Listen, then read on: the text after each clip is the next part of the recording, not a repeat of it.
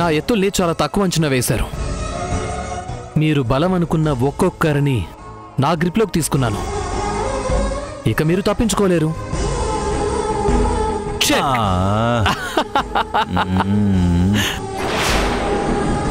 ఏమో అనుకున్నాను కానీ చాలా తెలివిగా ఆడేవయ్యా ఆకాశు.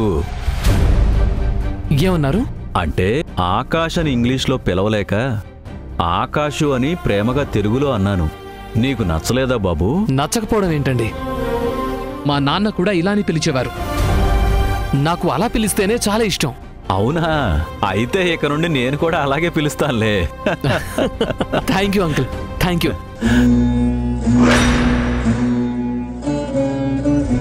హాయ్ సంధ్య గారు, ఎంతసేపు అయింది వచ్చి? ఇప్పుడే.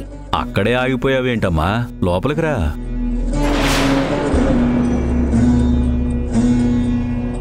అమ్మా సంధ్య, ఎప్పుడో మర్చిపోయిన చదరంగాన్ని మళ్ళీ గుర్తు చేశాడమ్మా ఆకాశు.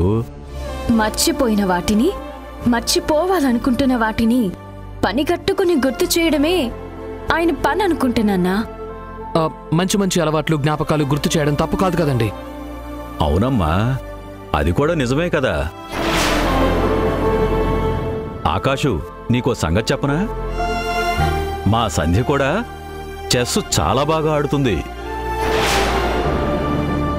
నా మీదంటే సులువుగా గెలిచావు గాని మా సంధ్య ఆడితే నువ్వు ఖచ్చితంగా ఓడిపోతావు. లేదంకల్, ఎంత కష్టమైనా సరే ఆఖరి ఎత్తు వరకు గెలవడానికే ప్రయత్నం చేస్తాను. ఎన్ని ఎత్తులు వేసి ఆడినా కొన్ని ఆటల్లో గెలవడం అసాధ్యం. మాటల్లో చెప్పే బదులు ఆట ఆడొచ్చు కదా సంధ్య గారు. నాకు ఇంట్రెస్ట్ లేదు. అందులోనూ పరాయి వాళ్ళతో కలిసి ఆడడం అస్సలు ఇష్టం లేదు.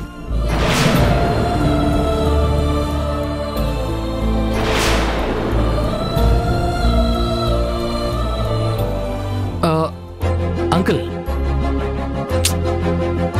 మా మామయ్య ఆఫీస్లో ప్రెషర్ ఎక్కువ ఇస్తున్నట్టున్నాడు. అందుకే సంధ్య గారు అలా మాట్లాడుతున్నారు. అంకుల్, ఇంకో ఆట స్టార్ట్ చేద్దామా? డన్.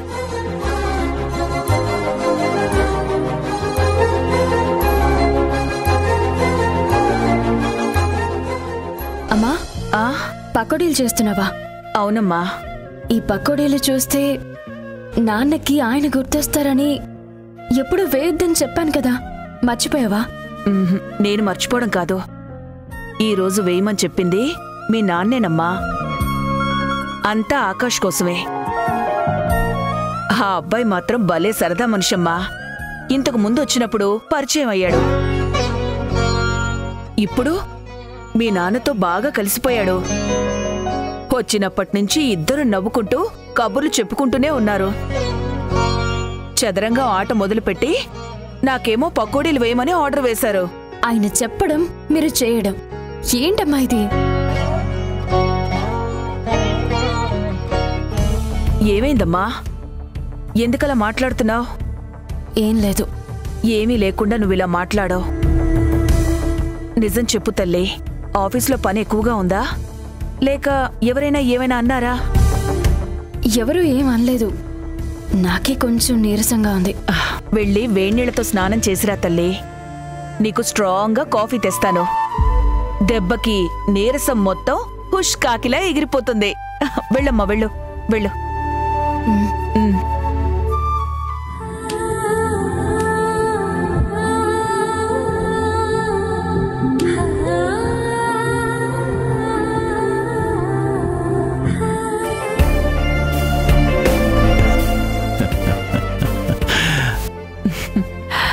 ఇదిగోండి మీరడిగిన పకోడీలు. ఆహా, వేడి వేడి పకోడీలు.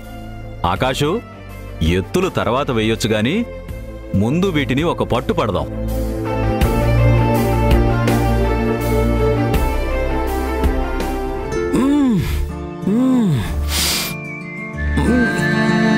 ఓహో, super, awesome, excellent aunty.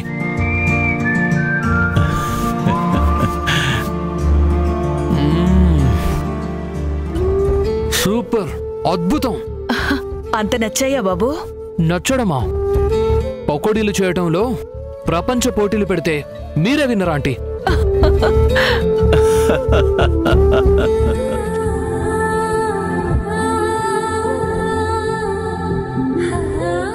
Uncle ఏమో పిలుపుతో మా నాన్నని గుర్తు చేస్తే, మీరు పకోడీ టేస్ట్తో మా అమ్మని గుర్తు చేశారు. Thank you very much aunty. Okay aunty, ఇక నేను బయలుదేరుతాను. ఆకాషు, మీ అమ్మ గుర్తొచ్చిందని చెప్పి కొంచెం పకోడీలు కూడా తినలేదు. ఇంతలోనే ఎక్కడికి? గంగి గోవు పాలు గరిటెడైనను చాలు అన్నట్టు తిన్నవి కొన్నైనా ఆ రుచికి, ఆంటీ ప్రేమకి నా కడుపు నిండిపోయింది అంకుల్. నా కోసం ఫ్రెండ్ వెయిట్ చేస్తున్నాడు. ఇందాకే వెళ్తాను అంటే సంధ్య వచ్చే వరకు మీరే ఆగమన్నారు. ఇప్పుడు తను వచ్చింది కదా, ఇక నేను వెళ్తాను. సంధ్య గారు లోపలున్నట్టున్నారు. పిలుస్తానుండు ఆకాషు. అమ్మా సంధ్య, అమ్మా సంధ్య, సంధ్య. సంధ్య ఎక్కడుంది లక్ష్మి? నీరసంగా ఉందంటే నేనే స్నానం చేసి రమ్మన్నాను. వెళ్ళి చాలాసేపు అయింది మరి. సంధ్య, అమ్మా సంధ్య. రూమ్లో రెస్ట్ తీసుకుంటున్నారేమో. నేను వెళ్ళానని సంధ్య గారికి చెప్పండి చాలు. అలాగే బాబు. వెళ్తానండి. వెళ్తాను కాదు ఆకాషు, వెళ్ళొస్తాను అనాలి. సరే, వెళ్ళొస్తానండి. బాయ్ అండి.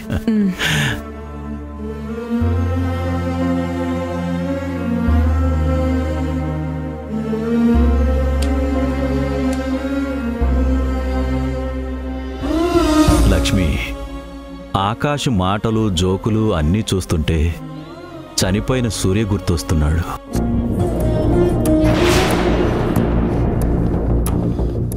అవునండి, దూరమైన మన సూర్యే ఈ ఆకాశ్ రూపంలో వచ్చాడనిపిస్తుంది.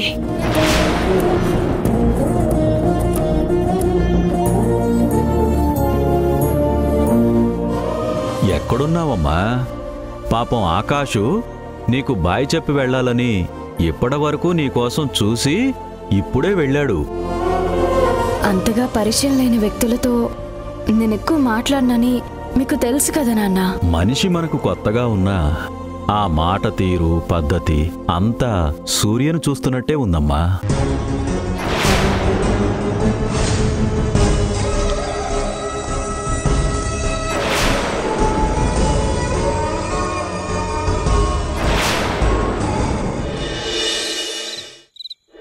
సంజానే తోనే తాని నేనానో అవతుంబక తానే అంబిలంబానో.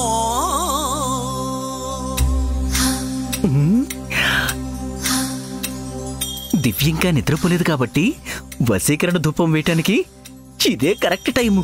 సుకుమారి ఓ శృంగారి నాగలంగారిని. మూలికలు పనిచేస్తున్నట్టున్నాయి. రే బాబ్జీ, నీ రంగ ప్రవేశానికి సమయం అయిందిరా. రెచ్చిపో.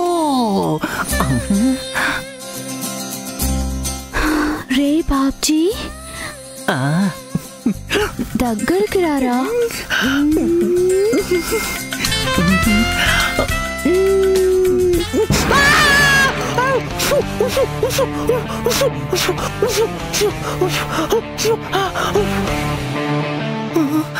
ఇదంతా కళ.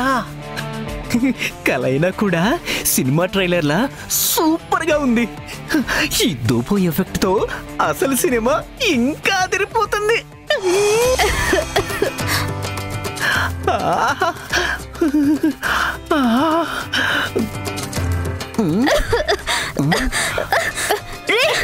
పొగ పెట్టి చంపేస్తావా? కాదు దివ్య, ఈ ధూపం నువ్వు బాగా పీల్చాలి. అప్పుడే నేను అనుకున్నది జరుగుతుంది. ఆ? నువ్వు అనుకున్నదా? అయ్యో, ఏమనుకున్నావు? నువ్వెప్పుడూ ఆరోగ్యంగా ఉండాలని తప్ప నేనేం కోరుకుంటాను. ఏం కోరుకుంటున్నావో ఏమో కానీ నాకు మాత్రం చాలా తేడాగా ఉందిరా బాబ్జీ. తలంతా తిరుగుతున్నట్టు మత్తుగా ఏదోలా ఉంది. ఓహో, అంటే ధూపం ఎఫెక్ట్ స్టార్ట్ అయిందన్నమాట. దివ్య, బెడ్రూమ్కి వెళ్తాను రా. రా.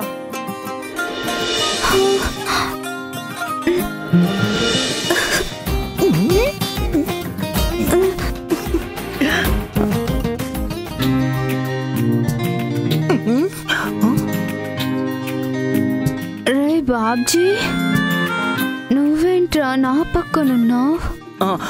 కావాలనే వచ్చాను. ఎందుకురా? ముందు ముందు నీకే తెలుస్తుంది. రే బాబ్జీ,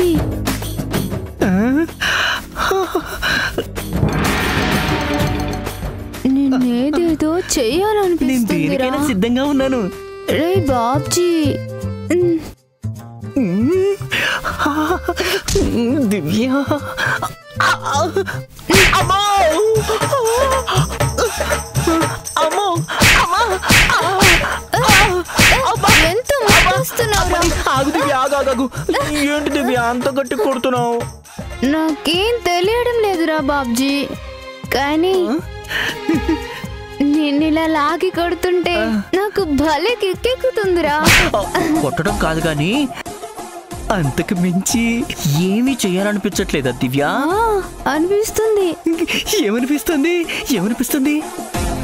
ఏమనిపిస్తుందంటే నిన్ను ఇలా గుద్దలనిపిస్తుంది. దివ్య, దివ్య, ఆగు దివ్య, దివ్య. అమ్మో, వరనాయను. దివ్య, నీకు దండం పెడతా దివ్య. అమ్మా, అమ్మా, అయ్యో, అమ్మా. మూలికలు వేస్తే ప్రేమ పుడుతుంది, ఇనుముల అతుక్కుపోతుంది అని చెప్పాడు.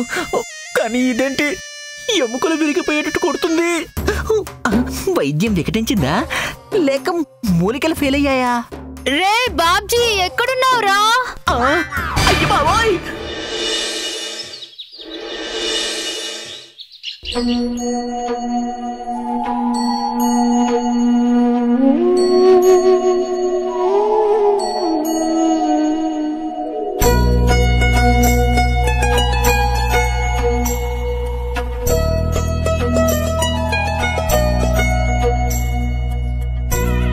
ఇంత వయసొచ్చినా లడ్డూ విషయంలో మాత్రం చిన్న పిల్లాళ్ళ మారిపోతారు.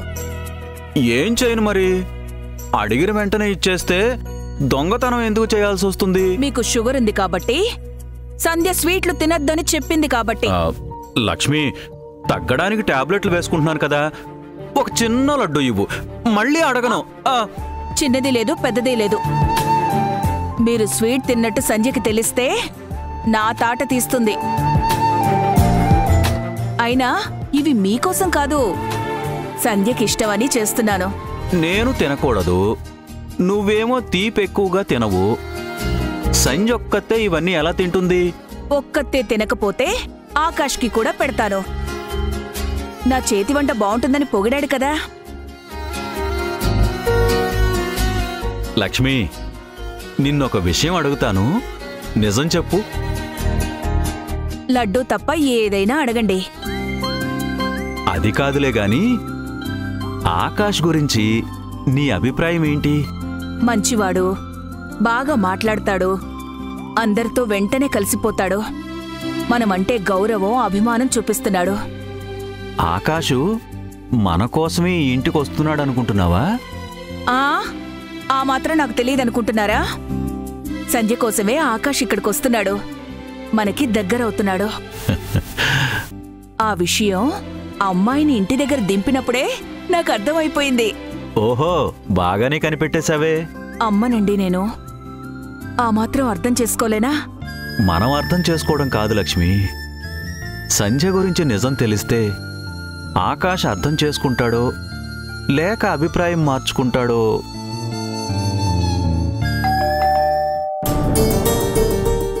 ఈ టైంలో ఎవరొచ్చుంటారు?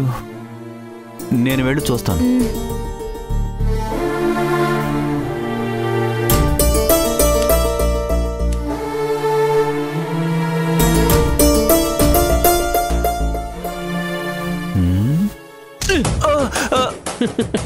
Good morning sir. Good morning Akash. నువ్వా? దాదా దాదా.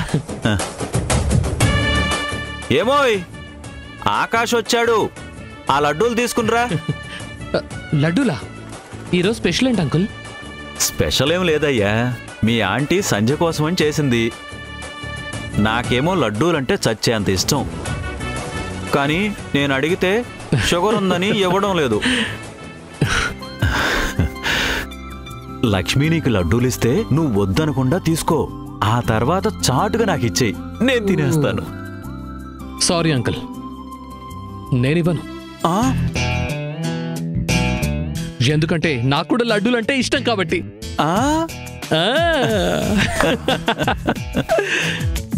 సర్లే, నేనే వేరే ప్రయత్నం చేసుకుంటాను. అవును, ఈ కవర్ ఏంటి? మీకు పుస్తకాలు చదవటం ఇష్టమని చెప్పారు కదా, అందుకే పుస్తకాలు తీసుకొచ్చాను. అవునా?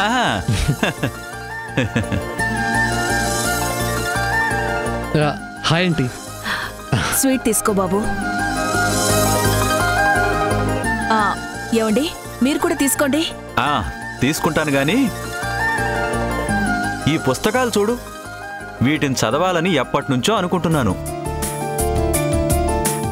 ఎన్ని చోట్ల ప్రయత్నించానో ఎక్కడా దొరకలేదు. ఆఖరికి ఆకాష్ పుణ్యమాని నా చేతికొచ్చాయి. ఆకాషు, ఆంటీ, మీరిచ్చిన లడ్డూల కన్నా అంకుల్ ఇచ్చిన ముద్దే చాలా తీయగా ఉంది.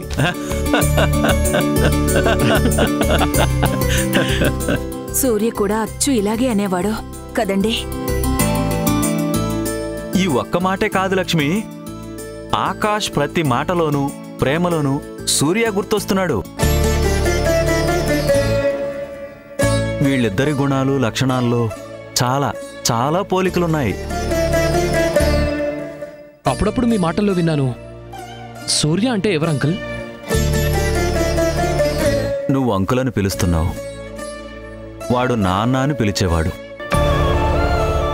మీ ఇద్దరిలో అదొకటే బాబు తేడా. అంటే సూర్య మా ఒక్కగానొక్క కొడుకు సూర్యతేజ.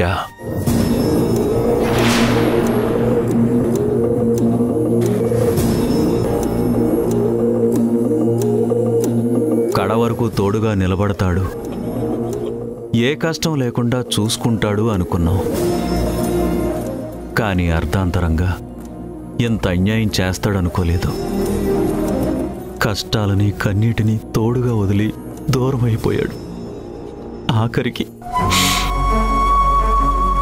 నాకు తలకురివి పెట్టాల్సిన వాడికి నేనే. I'm really sorry uncle. మీ అబ్బాయిలో ఉన్నందుకే నా మీద ఇంత అభిమానం చూపిస్తున్నారు. అలాంటిది మీ కన్న కొడుకుతో మీ బంధం ఎలా ఉండేదో నేను అర్థం చేసుకోగలను. ఇలాంటి ప్రేమకి మీ అబ్బాయి ఎలా దూరం అయ్యాడు? దూరం అవ్వలేదు బాబు, అమరుడయ్యాడు. వీర జవానుగా, ఈ దేశపు ముద్దు బిడ్డగా తల్లి భూదేవి పొత్తేళ్లలో చేరి ధన్యుడయ్యాడు.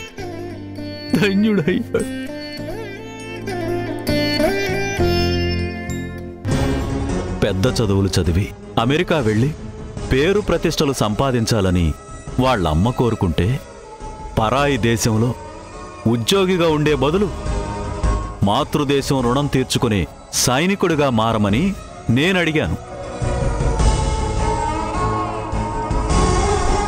అమ్మంటే నా కొడుక్కి ఎంత ప్రేమో, నాన్న మాట అంటే అంతే గౌరవం. బిఎస్ఎఫ్ బోర్డర్ సెక్యూరిటీ ఫోర్స్లో చేరాడు. చేరగానే వాడి ధైర్య సాహసాలు చూసి అందరూ మెచ్చుకునేవాళ్ళు. పొగడ్తలు, ప్రమోషన్లు, అవార్డులు, ఒకటేమిటి, అతి చిన్న వయసులోనే ఎన్నో సాధించాడు. అక్కడ ఏం జరిగినా వెంటనే ఫోన్ చేసి మాకు చెప్పేవాడు. అక్కడ యుద్ధ వాతావరణం ఎంత భయంకరంగా ఉన్నా మేం టెన్షన్ పడకూడదని ఎంత నవ్వుతూ మాట్లాడేవాడో తెలుసా? ఆ జోకులకి ఒక్కోసారి నేను వాళ్ళ నాన్న పడి పడి నవ్వుకునేవాళ్ళం. ఏవండి, చైనా సైనికుల మీద వాడు చెప్పిన నూడిల్స్ జోక్ గుర్తుందా? అదెలా మర్చిపోతాను లక్ష్మి. ఉద్యోగ విషయంలో నాన్న మాట విన్నావు కదా, పెళ్లి విషయంలో నా మాట వినాలని నువ్వు పట్టుబడితే వాడు సరే అని ఒప్పుకున్నాడు. అలా సంధ్య మా ఇంటికొచ్చింది.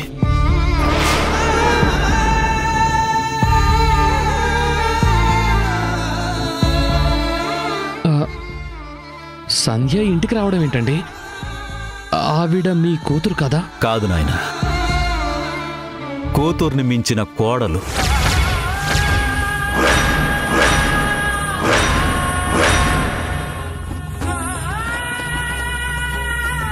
సంధ్యకి ఆల్రెడీ పెళ్ళైన విషయం తెలియక నువ్వు అమ్మాయిని ఇష్టపడ్డావు. ఇప్పుడు తన గురించి నీకు పూర్తిగా తెలిసింది కాబట్టి నీ నిర్ణయం ఏంటి?